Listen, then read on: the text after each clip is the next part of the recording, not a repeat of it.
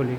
केंद्रीय संस्कृत विश्वविद्यालय नई दिल्ली और वेदवाणी विधानम प्राची विद्या शोध संस्थानम सतना के संयुक्त तत्वावधान में प्राचीन गणित वैदिक गणित कार्यविधि प्रभाव एवं मूल्यांकन इस विषय पर कार्यशाला के द्वितीय दिवस में आप सबका स्वागत है।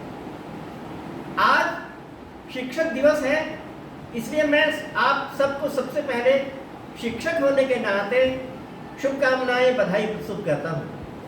हमारा संपूर्ण जीवन शिक्षक के रूप में व्यतीत हुआ है और इसलिए हम आप सभी शिक्षकों को पूरे विश्वास के साथ अपनी शुभकामनाएं प्रस्तुत करते हैं। ये अपने आप में कितनी बड़ी बात है कि शिक्षक दिवस का प्रारंभ डॉक्टर सर्वपल्ली राधाकृष्णन ने किया था। वे देश के सर्वोच्च पद पर आसीन होने के पश्चात अपने को शिक्षक के रूप में अपने को गौरवान्वित मानते रहे हैं। तो शिक्षक के रूप में गौरवान्वित होना अपने आप में अभूतपूर्व है और प्रासंगिक है और सामयिक है, ऐसा हो सकता है। हम यहाँ पर आज आपके समक्ष वैदिक गणित और प्राचीन गणित के विषय में विस्तार से और क्रम से अपनी बातें प्रस्तुत करने जा रहे हैं। हम सबसे पहले अपनी बातों को वेद से प्रारंभ करेंगे। जो गणित है वह शब्द गण धातु से बना है और उसका अर्थ होता है गिनना। आजकल जो कंप्यूटर है, टू कंप्यूट, कंप्यूट का भी अर्थ गिनना होता है। इस प्रकार से जो प्राचीनतम शब्द गणित है और जो आज का शब्द कंप्यूटर है वो कम से कम अर्थ के मामले में तो एक ही प्रकार का है, अर्थ के रूप में तो एक ही प्रकार का है। अब दूसरी बात ये आती है कि जो कंप्यूटेशन है अथवा गणना है वो किस माध्यम से होती है। तो आप सभी जानते हैं कि वो संख्या के माध्यम से होती है। हमारा प्राचीनतम शब्द इसके लिए संख्या है। संख्या के माध्यम से हम लोग गणना करते हैं और ये जो संख्या शब्द है वो सम उपसर्ग पूर्वक ख्या धातु से विकसित हुआ है।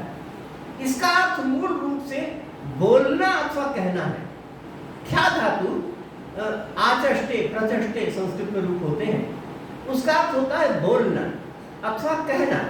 तो ये संख्या शब्द का मौलिक अर्थ है। तो प्राचीन विद्वानों ने, मनीषा ने ये माना कि जो संख्याएं हैं वो भी किसी न किसी रूप में बोलती हैं।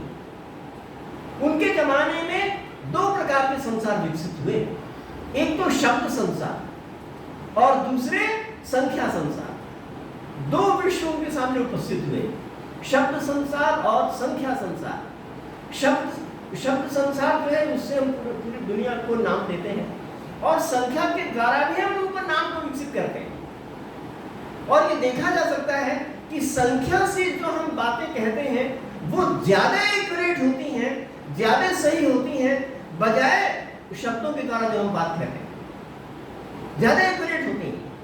अब देखिए ना, इस दुनिया की आबादी है 7 अरब लोग यहाँ पर दुनिया में निवास करते हैं और 7 अरब जो संख्या है वो गणित के हिसाब से कितनी छोटी संख्या है, गणित के हिसाब से। क्योंकि संख्याओं की तो गिनती नहीं है। हम आजकल के वैज्ञानिक संख्याओं को कितना गिन सकते हैं, अपरिमित गणना कर सकते हैं संख्याओं की। उसकी दृष्टि से देखा जाए तो 7 अरब कितनी छोटी संख्या है। तो उस छोटी सी 7 अरब की संख्या से हम एक एक आदमी की गिनती कर सकते हैं, एक आदमी का नाम ले सकते हैं और जितने भी नाम दिए गए हैं उनसे ज्यादा एक्यूरेसी से नाम दे सकते हैं। अगर हमने किसी का नाम दिया 1559 तो वो जो नाम है वो दुनिया में कोई दूसरा नहीं हो सकता। 1560 हो ही नहीं सकता, 1558 हो ही नहीं सकता, वो वही होगा, बाकी कुछ नहीं हो सकता। जो हम शब्दों में नाम देते हैं ना, जैसे शब्दों में नाम लिखा, उसके बाद पिता का नाम लिखा, उसके बाद गांव का नाम लिखा, तो ऐसा हो जाता है कि नाम एक समान मिल जाए। ऐसा हो जाता है कि नाम भी मिल जाए और पिता का नाम भी मिल जाए, ऐसा हो जाता है। परंतु संख्याओं से जो नाम दिया गया वो कभी भी दूसरा नहीं होगा। अपने देश में जो आधार कार्ड बनते हैं ना, आधार कार्ड में जितने नाम दिए हुए हैं वो संख्या से दिए हुए हैं। संख्या उसमें ज्यादा मौलिक है, उसमें जो नाम दिया है वो तो हमारे अपने काम के लिए, हम उसको अपने सुविधा में अच्छा समझते हैं। परंतु जो संख्या दी हुई आधार कार्ड में वो बदल नहीं सकती। हमारे नाम के जो अक्षर है बदल सकते हैं, हमारे नाम के अक्षर जो वो दूसरे के भी उसी प्रकार के नाम हो सकते हैं। परंतु जो उसमें संख्या दी हुई है बदल नहीं सकती। इसलिए जो प्राचीन लोगों ने ये माना कि संख्या जो है बोलता है, कहता है, क्या गलत है ना? इसलिए क्या गलत है? संख्या तो बोलती है, संख्या कहती है ना? उससे ऐसा होता है। एक बात तो ये मैंने कही। उसके बाद ये कि अपने देश में और विश्व में भी संख्या का आविष्कार अथवा प्रचार कैसे हुआ, किस प्रकार से हुआ, तो इसके लिए हम कुछ परिकल्पनाएं कर सकते हैं। बहुत स्पष्ट तो कह नहीं सकते, क्योंकि उतने प्राचीन में हम एकदम स्पष्ट कैसे कर पाएंगे, जबकि सभ्यता का उषा काल था, उस समय हम कैसे कह सकते हैं। परंतु भाषा विज्ञान के द्वारा हम कुछ कल्पनाएं कर सकते हैं। तो जिसमें जो चीज संभव है उतना ही पता देना अच्छा है ना? हमें ये कोई दावा नहीं है कि हम एक्यूरेट क्या कह पाएंगे, परंतु संभावना ऐसी है कि ऐसा होता होगा। तो संभावना ये है कि इंग्लिश में जो संख्या शब्दों का विकास हुआ 5 अंगुलियों से हुआ। 5 अंगुलियों को देख करके ये 5 है, तो 5 संख्या का विकास हुआ अंगुलियों के द्वारा। और उसके लिए अंदाज ये है कि 5 जो शब्द बना है वो फिंगर से बना है। फिंगर माने उंगली होता है, और ये उंगली जो है वो इसी 5 से निकला है। ये जो भी मैं कह रहा हूँ बिल्कुल भी वो नहीं है, सब ऑक्सफोर्ड डिक्शनरी में लिखा हुआ है, तो उससे आप प्रमाण ले सकते हैं। तो इस प्रकार से फिंगर और 5 में जो समानता है उससे हम ये पाते हैं कि ये जो संख्या है वो 5 से विकसित हुई होगी, ऐसा अनुमान है। और अपने देश में जो संख्या है वो 10 अंगुलियों से विकसित हुई होगी। वहां भी अंगुलियों से विकास हुआ, यानी यूरोप में भी अंगुली से विकास हुआ और भारत में भी अंगुलियों से विकास हुआ। तो उसका प्रमाण फिंगर में मैंने दिया, और यहाँ पर वेद के मंत्र को ध्यान देते हैं। दशावलिभ्यो दशकक्षेभ्यो दशयोत्रेभ्यो दशयोजनेभ्यः, वेद का मंत्र है। क्या मैंने बोला? दशावलिभ्यो दशकक्षेभ्यो दशयोत्रेभ्यो दशयोजनेभ्यः। उसके आगे और 2 चरण और भी उसके पश्चात। तो यहाँ पर निरुक्तकार यास्क ने कहा है कि अवनि, कक्ष्या, योत्र, योजन, ये सभी शब्द अंगुलियों के वाचक हैं। ये मैं नहीं कह रहा हूँ, ये यास्क ने कहा है। उतने प्राचीन जो यास्क हैं उन्होंने कहा है कि ये सब अंगुलियों के वाचक हैं। तो अंगुलियों के वाचक होने के कारण से वो किसको संबंध करते हैं? दश अंगुलियों की कहते हैं, है ना? अवनि से कहा कि 10। अवनि कितनी होती है? 10। कक्षी कितनी होती है? 10। योत्र कितने होते हैं? 10। मतलब सब अंगुलियों के लिए कहा गया और सबको 10 नाम दिया गया। इसका मतलब है कि 10 ये एक ऐसी संख्या थी गिनने वाली जो कि उन्होंने उनको गिनने के रूप में काम में लाए, ऐसी संख्या थी। ये इससे प्रतीत होता है, प्रमाण मिलता है। और इसके पश्चात हम आगे बढ़ते हैं। इसके पश्चात विकास होते होते 1 से लेकर कितनी बड़ी संख्या का विकास हुआ, जो हमारा प्राचीनतम ग्रंथ है। विश्व का प्राचीनतम ग्रंथ वेद है। वेद को विश्व का सबसे पुराना ग्रंथ माना जाता है। विश्व के पुस्तकालय में जितनी पुस्तकें मौजूद हैं उनमें सबसे प्राचीन वेद है, ऐसा माना जाता है। इसमें कोई मतभेद नहीं है। कितना पुराना है इसमें मतभेद है, किसने बनाया है नहीं बनाया इसमें मतभेद है, परंतु इसमें मतभेद नहीं है कि सबसे प्राचीन है। तो जो चीज निर्विवाद है उसको हम आपके समक्ष प्रस्तुत करते हैं। इसमें मतभेद नहीं है कि वेद जो है वो सबसे प्राचीन है। तो वेद जो सबसे प्राचीन है उसमें जो बातें आई हैं वो निश्चित रूप से सबसे प्राचीन होंगी, क्योंकि सबसे प्राचीन वो है। इसलिए तो मैं ये कह रहा था कि जब वेद में बातें आई तो उसमें कितनी बड़ी संख्या में विकास हो गया। कल यहाँ पर दीपक शर्मा जी आए थे तो उन्होंने मंत्र प्रस्तुत किया था। तो उन्होंने जो मंत्र प्रस्तुत किया था वो ही मंत्र मैं फिर से दोहराऊंगा कि एकाच दशच दशच शतम च सहस्रम च अयुतम च परार्धश्च एता में अग्ना इष्टका धेनव संतु अमिष्मिन लोके। ऐसा वेद का मंत्र, बहुत बड़ा मंत्र है, वो मैंने पूरा पढ़ा भी नहीं। तो वहां पर 1 से शुरू किया है और 1, 10, 100, 1000, 10,000, लाख इत्यादि करते हुए अंतिम संख्या वहां पर परार्ध बताई। अंतिम संख्या कौन है? परार्ध बताइए। और वो मैं कल कह रहा था आपको कि परार्ध जो संख्या है वो 10 के 12th पावर के समान है।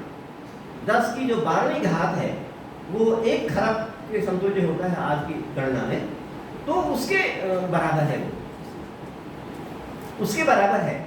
तो वहां तक की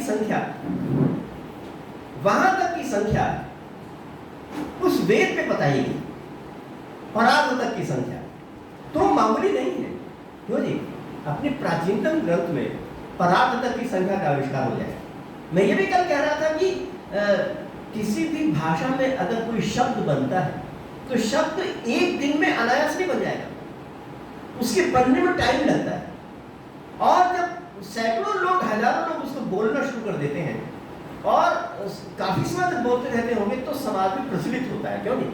ऐसे तुरंत थोड़ी हवा में प्रचलित हो जाता है।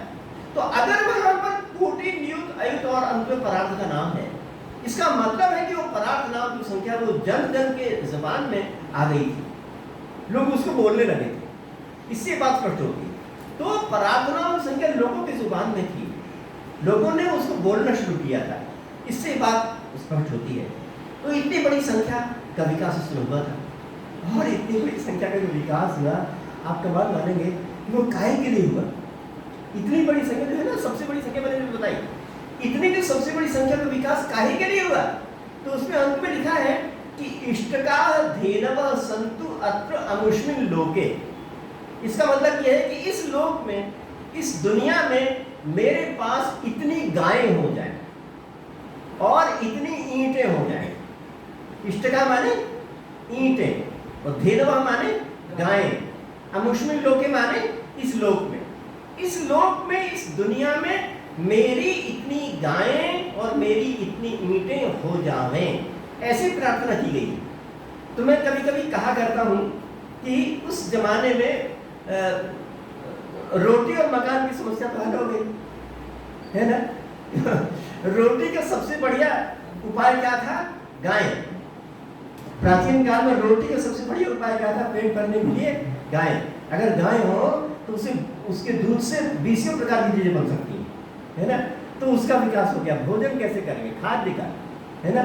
और इष्टका है, तो इष्टका से मकान का विकास, मकान की समस्या तो हल हो गई। 2 चीजों को लिए उन्होंने यहाँ पर परार्थ तक की संख्या का विकास किया है। और 2 चीजें ऐसी हैं। अब देखिए ना, इष्टका शब्द का प्रयोग किया है, अपने प्राचीनतम ग्रंथ में इष्टका शब्द का प्रयोग किया है। और आज में भी कहा जाता है उसको ईंटें, है ना। इतना प्राचीन शब्द लाखों नहीं तो हजारों वर्ष से अब तक ऐसी रूप में चला रहा है। तो इष्टका का जो परिमाण है, उसका जो साइज है वो कम ज्यादा होता रहा है। फरूक के समय में ईंटों का जो साइज बहुत बड़ा था, आगे जो है गुप्त काल के पश्चात काफी छोटा हो गया था। तो छोटा भी हुआ, बड़ा भी हुआ, साइज बड़ा छोटा होता गया। परंतु वो जो परंपरा है कि मिट्टी को पका करके उस प्रकार की ईंटें बनेंगी और वो तक दीवार बनेगी, वो चीज तब से मौजूद है। तो जो इष्टका का विकास हुआ वो मुख्य रूप से पहले यज्ञों के लिए हुआ, हवन के लिए, वेदियों बनाने के लिए, और उसके पश्चात मकान बनाने के लिए। क्योंकि जो इष्टका शब्द है वो भी यज्ञ धातु से निकला है। इष्टका शब्द यज्ञ धातु से निकला है, और यज्ञ का मतलब होता है यज्ञ करना। यज्ञ धातु का क्ता प्रत्यय में, यानी पास्ट पार्टिसिपल में, पास्ट पार्टिसिपल में रूप बनता है इष्ट। यज्ञ का पास्ट पार्टिसिपल क्या बनेगा? इष्ट। वप का पास्ट पार्टिसिपल क्या बनेगा? उक्त, है ना। इष्ट, उक्त। तो यहाँ पर यज्ञ का मतलब होता है यज्ञ करना, और इष्ट का मतलब हो गया यज्ञ करने के लिए संपादित होने वाली जो वस्तु, वो इष्ट हो गई। इस प्रकार से यज्ञ करने के लिए जो बढ़िया चीज है वो इष्ट हो गई। तो ये वेदी के लिए सबसे पहले आया, फिर मकान बनने के लिए भी आया। तो ये सब चीजें उस समय के लिए आई, और इससे परार्थ तक की संख्याओं का विकास हुआ। इसके पश्चात उन संख्याओं का विकास में जो जो नाम दिए गए हैं और वो कैसे कैसे विकसित हुए, एक एक नाम कैसे कैसे विकसित हुए, उसके लिए अलग पूरा लेक्चर की जरूरत है।